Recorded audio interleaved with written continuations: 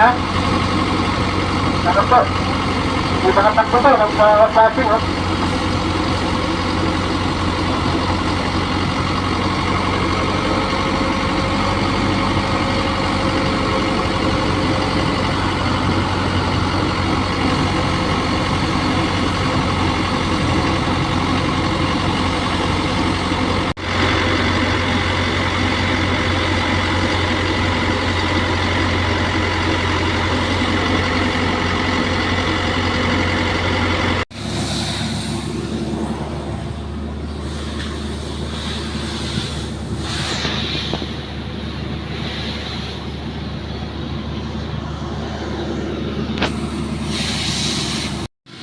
Dito po banda sa tapat nila PJ, tsaka po sa DGT, gitna lang po yung bubuhusan kasi po makapal pa po yung putik. Mamaya po tatanggalin yung putik dyan pagdating po ni Bento.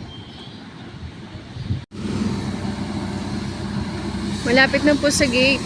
Gitna lang po ang buhos ng bombero kasi makakapal po yung putik. Later po, pagka tapos po ng bombero, padadakot na po yung mga putik dito.